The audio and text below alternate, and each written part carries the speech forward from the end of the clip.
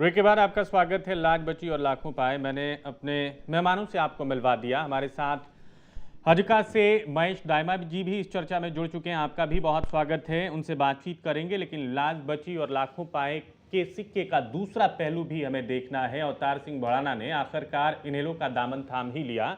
कांग्रेस छोड़ने के लिए भूपेंद्र सिंह को जिम्मेदार बताया और इनेलो को बताया अपना पुराना घर, और कैसे अपने फैसले को कहा घर वापसी इस रिपोर्ट में दिखा रहे हैं। हाय रे राजनीति, ये तेरा कैसा रूप रंग जो वक्त के साथ इतना बदल जाती है, या ये कहें कि बदरंग हो जाती है। किसको कब किस रंग में रंग दे, कौन सा रूप दे दे, ये सिर्फ तू ही जाने। अब इन भड़ाना साहब को ही देख लीजिए। कुछ ही समय पहले तक चुरंगा पहन इतराते फिरते थे, लेकिन अब हरियाली भाने लगी है, आंखों की रोशनी बढ़ गई है और सब कुछ हरा हरा दिखने लगा है। फिर बहुत अरसे के बाद मेरी अपने घर में वापसी हो रही है। मुझे आज से 27 बरस पहले चौधरी देवीलाल जी ने एक राह दिखाई थी। पूरे देश में मुझे और मेरे समाज की एक पहचान कायम की थी। भड़ाना साहब ने कांग्रेस का हाथ छोड़ आंखों पर चश्मा लगा लिया और उस चश्मे से कांग्रेस काली दिख रही है। हुडा भ्रष्टाचारी, काले मुंह वाले। जिस तरीके से हुडा और हुडा के दलालों ने जो हालत बना के रखी है, हम उम्मीद करते रहे, चाहे वो इंद्रजीत थे, चाहे वो वीरेंद्र सिंह थे, जो भी थे कांग्रेस के लोग, लेकिन हमें उम्मीद थी कि शायद सोनिया गांधी जी इस हुड्डा के कारनामों पर और इसके खिलाफ जो भी इनके हुड्डा के रिश्तेदारों ने, हुड्डा के भतीजे, दामाद और समधी और रिश्तेदार तक नहीं, बीजेपी के भी काफी बड़े जो नेता आज हैं, उनकी एक मिली भगत से काफी कुछ घोटाले हुए। भड़ाना की माने तो काले मुंह वाले हुडा के काले कारनामों की कहानी सोनिया दरबार में भी सुनाई, लेकिन अनसुनी हो गई, या यूं कहें कि सुनकर भी सोनिया जी ने अनसुना कर दिया। कारण था दामाद प्रेम। लेकिन मुझे लगा कि सोनिया गांधी जी के परिवार और दामाद को लेकर हुड्डा ने सोनिया गांधी के साथ ब्लैकमेलिंग की। उसी का कारण था कि हुड्डा के खिलाफ कभी कोई एक्शन नहीं हुआ, सब कुछ जानकारी देने के बावजूद भी। जब सोनिया के सुप्रीम कोर्ट से भी अर्जी वापस कर दी जाए तो भला कोई कांग्रेसी क्या करे। ऐसा ही कुछ लगा भड़ाना साहब को भी, तभी फैसला किया अब यहाँ रहना मुश्किल है। मजबूरन घर वापसी करनी पड़ी, देवीलाल के परिवार का सदस्य बनना पड़ा। मैं समझता हूँ कि सोनिया गांधी जी के जो राइट और लेफ्ट लोग हैं, उन पर हुड्डा जी का कब्जा था।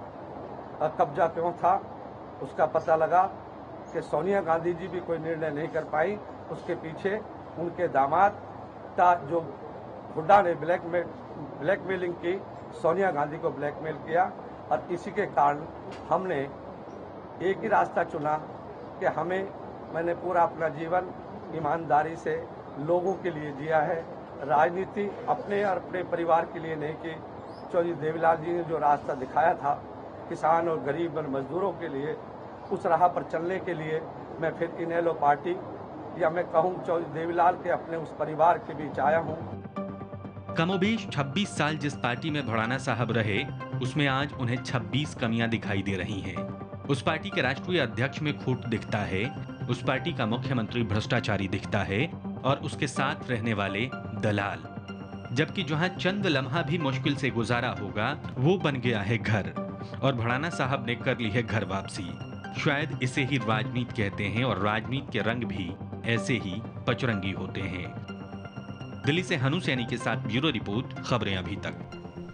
ये पचरंगी राजनीति का कोकटेल है और इसका नशा किसको होता है, जनता को या जो करते हैं उनको? जो करते हैं उनको बिल्कुल नहीं होता होगा, वो तो करते हैं, बनाते हैं और नशे में जनता को डाल देते हैं। जनता कंफ्यूज है। जिस तरीके से हमने बात की हजका और भारतीय जनता पार्टी की, हजका की तरफ से कुलदीप बिश्नोई का कहना है कि आप भ्रम में मत डालिए मीडिया को, 20-30 पे कोई बातचीत नहीं हुई है। क्या बातचीत हुई है? महेश दाइमा जी हमारे साथ इस चर्चा में जुड़ चुके हैं। महेश दाइमा जी, क्या बातचीत हुई है और क्या हो रहा है गठबंधन को लेकर? देखिए, जो कुलदीप बिश्नोई जी और माननीय अमित शाह जी के जो बीच में 2 दिन पहले जो मुलाकात हुई, काफ़ी सकारात्मक मुलाकात रही और उसमें सीटों के बारे में कोई फैसला नहीं हुआ। बस आपस में जो काफी सकारात्मक क्या रहा उसमें? सकारात्मक इसमें ये रहा कि जो अलायंस था हमारा, उसी के मुद्दे पर उसमें बात रही। और लेकिन अभी ऐसा नहीं है कि भाई उसमें सीटों के बारे में 30 हैं 25 हैं, ऐसा कोई फैसला नहीं है उसमें अभी। बस ये है कि उसमें मीटिंग हुई और उन्होंने अपने दोनों बड़े नेताओं हमें बात ये समझ में नहीं आ रही है ना कि इस मीटिंग में हुआ क्या? फिर देखिए, मीटिंग इतने लंबे समय से इस मीटिंग की प्रतीक्षा की जा रही थी कि मीटिंग होगी तो हुई। देखिए, कुछ समय से जो हजका और भाजपा के बीच में जो गठबंधन पे थोड़ी बहुत जो अटकलें लग रही थी, अटकलें अब भी लग रही हैं? नहीं, अभी तो अटकलें बिल्कुल ऐसा नहीं है, क्योंकि ये जो मुलाकात रही बहुत अच्छी रही और इसमें दोनों ही जो माननीय राष्ट्रीय अध्यक्ष जी हैं जो उनके बीच में और कुलदीप बिश्नोई जी के जो हरियाणा जनहित कांग्रेस के हरियाणा के अध्यक्ष हैं उनके बीच में बहुत सौहार्दपूर्ण मुलाकात रही। मतलब 45-45 का हिसाब बना रहेगा? देखिए, हिसाब तो क्योंकि हाईकमान देखेगा, लेकिन सर तो यही बात तो हमें समझ में नहीं आ रही है ना। वो कह रहे हैं कि 20-30 की बात हुई नहीं, 20-30 की बात मीडिया खुद से चला रहा है। फिर हुई क्या है बात? या तो आप 45 पे रहेंगे या 20-30 पे आएंगे। मनीष जी, बातों में से बातें तो निकलती हैं, लेकिन ऐसा नहीं है। वहां पर मीटिंग रही, लेकिन ऐसा नहीं है कि भाई वहां पे 20-25 सीटों पे, अब ये तो 1-2 अच्छा 30 पे बात बन रही है ना? नहीं, जो आप लोग कह रहे हैं ना कि 20 मिली 25 मिली, ऐसा कुछ नहीं है। वहां पे आपस में आप कुछ आंकड़ा हमें बता देते राष्ट्र कुमार दहिया जी, क्या बातचीत हुई है, कैसी मीटिंग हुई है? मीटिंग ऐसी हुई कि इस मीटिंग के चक्कर में नरेंद्र मोदी के सरकारी कार्यक्रम का जो ऑफर था वो ठुकरा दिया कुलदीप साहब ने, वो पहुंचे ही नहीं वहां पे। नहीं, देखिए, ये मैं इस बात से सहमत नहीं हूँ। अगर कुलदीप जी का कोई व्यक्तिगत बयान इसमें आया हो कि मैं मोदी जी की बैठक में या मीटिंग में नहीं जा रहा हूँ, ऐसा व्यक्ति कोई दिखाइए मुझे। जहाँ तक राष्ट्रीय अध्यक्ष, जो मेरे राष्ट्रीय अध्यक्ष हैं पार्टी के, उनके साथ में जो कुलदीप बिश्नोई जी की बैठक हुई है, वो एक राजनीति में, आप भी समझते हैं, राजनीति में इस तरह के वातावरण में बैठक होना कोई न कोई समाज के बीच में या राजनीतिक दलों के बीच में अच्छा परिणाम लेकर जाता है, अच्छा संदेश लेकर जाता है। कल तक जो ये भ्रम था कि माननीय राष्ट्रीय अध्यक्ष जी अमित शाह जी कुलदीप बिश्नोई जी को समय नहीं दे रहे हैं, ये मीडिया ने भी काफ़ी उछाला, कई जगह बातें भी आई। नहीं, सही बात है, दिया वक्त दिया तो बहुत देर से दिया ना। देखिए, देर ना देर की बात यहाँ तक है, राष्ट्रीय अध्यक्ष जी नए अध्यक्ष बने हैं पार्टी के, उनके पार्टी के जो कार्यक्रम थे, ये पहले भी आया थे बयान, ये टीवी में भी आया है, अखबार में भी आया है कि जब वो अपने कार्य में व्यस्त थे, उनको समय बताया गया। जब दिल्ली में थे तो उन्होंने एक दफ़ा मिलने के लिए समय मांगा तो उन्होंने बताया कि अभी कार्य व्यस्त है, मैं कार्य में व्यस्त हूँ, आपको मैं तुरंत बुलाऊंगा। और उसके बाद तुरंत बुलाया। अभी सब मीडिया, लेकिन अभी भी कुछ भी तस्वीर क्लियर नहीं हुई है सर। तस्वीर देखिए, मेरी बात सुनिए, बहुत कंफ्यूज है हरियाणा की जनता इस गठबंधन को लेकर। आपके चैनल से उमेश जोशी जी मेरे बड़े भाई बैठे, कई बार हम इस पे चर्चा कर चुके हैं। नहीं, आप 1.5 महीने से लगातार बोल रहे हैं कि सब कुछ ठीक है, लेकिन बयान देने वाले दे रहे हैं और तस्वीर क्लियर नहीं हो रही। आगे बढ़ना होगा सर, आप जल्दी बोलें। निष्कर्ष पे नहीं पहुंचे, मैं फिर उस बात को दोहरा रहा हूं। देखिए, राजनीतिक बदलती परिस्थिति हालतों में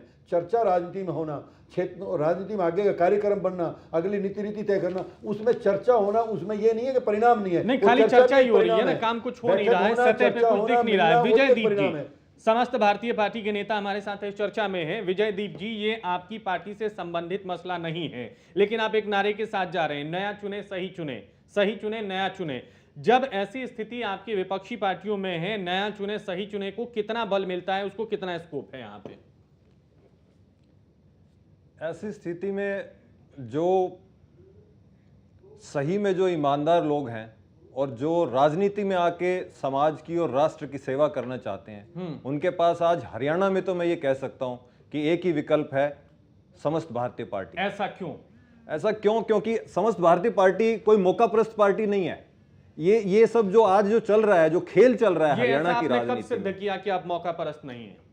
हमारी पार्टी ने आज 20 कैंडिडेट डिक्लेयर किए हैं जी। आप एक कैंडिडेट को उठा के कोई भी दूसरी पार्टी या कोई भी मीडिया किसी भी चर्चा में किसी भी मंच के पटल से यह साबित कर दे कि इस कैंडिडेट का सिलेक्शन बिना राष्ट्र सेवा और बिना उसकी पृष्ठभूमि के किया गया है, तो हम ये मान लेंगे कि देश के युवाओं के लिए और देश के अच्छे नेताओं के लिए फिर किस पार्टी में जगह हो सकती है। राजनीति में कोई भी पार्टी किसी कैंडिडेट को उतारती है तो पृष्ठभूमि का ही हवाला देती है कि उसकी पृष्ठभूमि बहुत अच्छी है और बाद में बहुत अच्छा करेगा। आप अच्छा करेंगे, इस बात की गारंटी क्या है?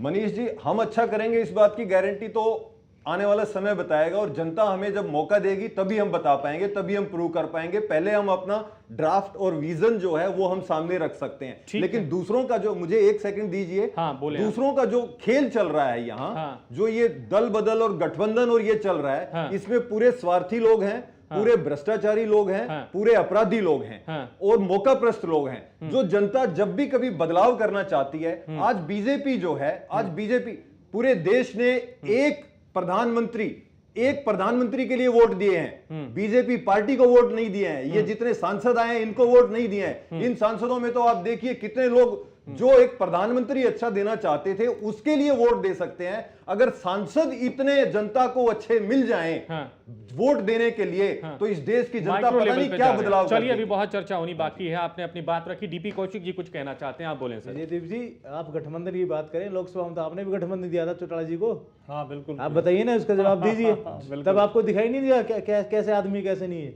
जब सभापा पार्टी ने, अगर किसी भी चुनाव में, ये नई पार्टी है, इसने चुनाव में आने से पहले अगर किसी चुनाव में ना लड़ने का फैसला लिया हो, तो जो उनमें चल रहे हैं उनमें से अगर कोई भी इनके पैमाने पे जो सबसे ज्यादा खरा उतरता है, या सबसे ज्यादा इनके साथ जो तालमेल करता है, या सबसे ज्यादा इनके मुद्दों पे काम करने की बात करता है। यार आप कह रहे हो भ्रष्टाचार में जो आदमी जेल के अंदर पड़ा, और आप उसका समर्थन कर रहे हो। तो हमने उसको आपकी पार्टी कह रही है आप तो साफ सुथरे आदमी, हमने उसको साथ कहां पे दिया तो है? इसका मतलब तो आप तो उससे भी ज्यादा भ्रष्टाचारी होंगे आप।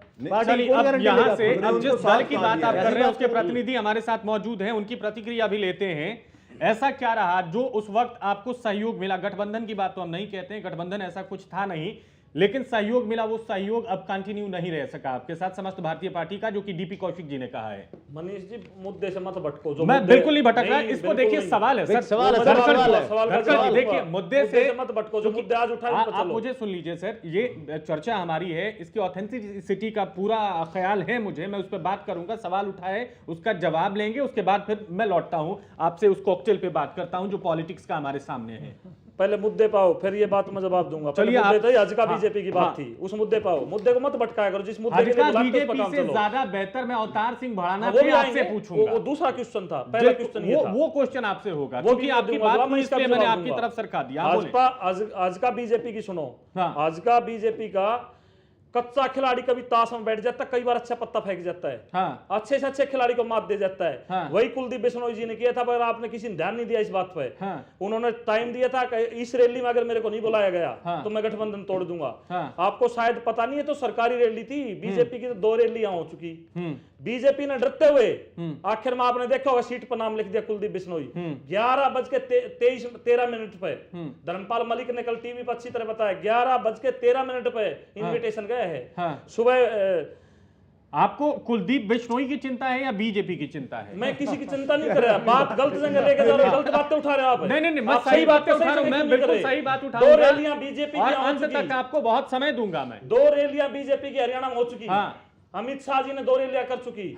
जब कुलदीप बिश्नोई नहीं बोले, अब ये सरकारी रैली थी, उसके लिए बोला अगर मेरे पास इनविटेशन नहीं आया तो मैं गठबंधन तोड़ दूंगा। बीजेपी इतनी डरी हुई है, उनके पास 90 कैंडिडेट नहीं है। बीजेपी इतनी डरी हुई है, तुरंत भाग दौड़ के कृष्णपाल गुर्जर जी ने 11:13 पे फोन किया है। अच्छा, और कुलदीप जी को नहीं किया, धर्मपाल मलिक 11:13 पे आपने कह लिया सर, एक सीट पे एक पर्ची लगा दी गई। आपने कह लिया बिश्नोई वो कुर्सी बार-बार आपने कल देखी होगी, खाली दिखाई। तो वो पार्टी वाले थोड़ी दिखा रहे थे, वो तो मीडिया के कैमरे दिखा मीडिया वाले दिखा रहे थे। थी ना दिखाएंगे कुर्सी, वहां चेयर थी ना। गठबंधन टूटते इसलिए बच गया, भाजपा डर गई। पहले कुलदीप जी डरे हुए थे, कल भाजपा पहली बार डरती हमने देखी। चलिए, बड़ी अच्छी बात है, इंडियन नेशनल लोक दल को कुलदीप बिश्नोई की ताकत का एहसास तो हुआ। हमने ताकत का एहसास नहीं होया, हम दोनों के पास 90 परंपरागत तौर पे हमने देखा है। उमेश जोशी जी बोले 90 कैंडिडेट इनके पास। हाँ सर, आपको पूरा बोलना है। मैं अभी उमेश जोशी जहां तक कैंडिडेट की बात प्रतिक्रिया ले ले, उसके बाद फिर बारी बारी से हम मैं एक प्रश्न शुरू करूं। हाँ बोल लें सर। मैं सिर्फ ये कह देना चाहता हूं हाँ कि कोई भी बात मर्यादा में रहकर सोच रहने में अच्छी लगेगी। हाँ। नहीं तो उत्तर मेरे पास भी है। बिल्कुल उत्तर भारतीय देंगे। जनता पार्टी ना डरी हुई ना हज का डरी हुई है। मेरे सारे पॉलिटिकल साथी बैठे हैं। राजनीति मैदान में जब जाते हैं, कोई भी नेता उतरता है, कोई राजनीतिक दल होता है, चुनाव के परिणाम आने से पहले कोई अपने आप को हारा और कमजोर नहीं समझता। बिल्कुल नहीं कोई डरावा नहीं है, ये कोई युद्ध की नहीं है, ये राजनीति। दूसरा मैं कह देता हूं, जो लोग ये बोल रहे हैं कि हमारे पास 45 उम्मीदवार नहीं है, अरे हमारे पास तो कल होंगे ना होंगे, हम चुनाव मैदान में आएंगे जब उस सिंबल पे चुनाव लड़ेंगे, देख लेना। लेकिन मैं अभी कहता हूं, ये बताइए, ये चर्चा से हम नहीं भटक रहे हैं। आईएनएलडी ने तो उमेश जोशी जी कुछ कहना चाह रहे हैं, बोलने दीजिए, ब्रेक लेंगे उसके बाद फिर लौटना है। आईएनएलडी ने तो अभी एक उम्मीदवार घोषित करके वापिस कर लिया, उसका क्या? मैं जवाब दूंगा जी। हाँ, वक्त मिलेगा सर उसके लिए। उमेश जी कुछ कहना चाह रहे थे आप इस पूरी चर्चा पे। देखिए, ऐसा है कि अभी से ये कहना तो मैं समझता हूँ कि नादानी होगी कि बीजेपी डर गई है और हज का डर गई है। अभी से कुछ भी कहना मुझे लगता है बहुत इमेच्योर स्टेप है ये। जहाँ तक कुलदीप बिश्नोई का अल्टीमेटम देने का मामला है, उन्होंने 2 बार पहले अल्टीमेटम दिया कि आप मुझे इतने समय में बताइए कि आप गठबंधन रखेंगे या नहीं रखेंगे, हमें स्पष्ट कीजिए जी। उसके बाद एक बार फिर उन्होंने डेट एक्सटेंड की, उन्होंने कहा कि मैं 1 दिन का वक्त और देता हूं, उसमें आप मुझे बताइए कि गठबंधन कंटिन्यू रहेगा या नहीं रहेगा और क्या स्थिति रहेगी। तब भी बीजेपी ने कुछ नहीं कहा। तो उस वक्त कुलदीप बिश्नोई को गठबंधन तोड़ देना चाहिए था, क्योंकि उनकी 2 मियाद खत्म हो चुकी थी। दोनों एक दूसरे और की नस दोनों मियाद खत्म होने के बाद आप अमित शाह से मिलने क्यों गए? हाँ, क्या वजह थी? दोनों एक दूसरे की कमजोर नस पकड़ के बैठे हुए हैं। मैं वही कभी कह वो रहा हूं दबाए, कि कभी वो दबाए। या तो आपको अल्टीमेटम नहीं देना चाहिए था, अल्टीमेटम दिया और वो मियाद आपकी खत्म हो गई, कोई जवाब नहीं आया बीजेपी की ओर से, तो उसी वक्त आपको ऐलान कर देना चाहिए था कि मेरा अल्टीमेटम खत्म हो गया है, मैं अब गठबंधन नहीं रखूंगा जी। एक ब्रेक ले लेते हैं। आप बेवजह की भभकी क्यों देते हैं जी? और आप मिलने गए। कुलदीप बिश्नोई अमित शाह की मुलाकात कोई रूटीन की मुलाकात नहीं थी, लंबे समय से वो वक्त मांग रहे थे। सर, यही पचरंगी सियासत है, यही लाज बची और लाखों पाए का। और वो उस मीटिंग का मीडिया में कहीं जिक्र तक नहीं है जी। कुलदीप बिश्नोई बताते हैं तब लोगों को पता चलता है कि वो अमित शाह से मिलने गए थे जी। अब वो मीडिया के किसी व्यक्ति को नहीं पता जी। ऐसा भी नहीं है कि अमित शाह इतने छोटे आदमी हैं कि रात को नहीं, अभी तक अमित शाह से जितनी भी मुलाकातें हुई हैं सियासी दलों के लोगों की, उसकी खबर, फोटो सब कुछ लीक होती रही है और लोगों को मालूम चलता रहा है। इस बारी मालूम क्यों नहीं चला? सर, एक ब्रेक लेने दीजिए। एक सेकंड, सबसे बड़ी देखिए, मेरी व्यवसायिक मजबूरी है, एक ब्रेक लेना होगा मुझे, उसके बाद आप बोल लीजिएगा प्लीज। एक ब्रेक ले लेते हैं। पानी पिलो।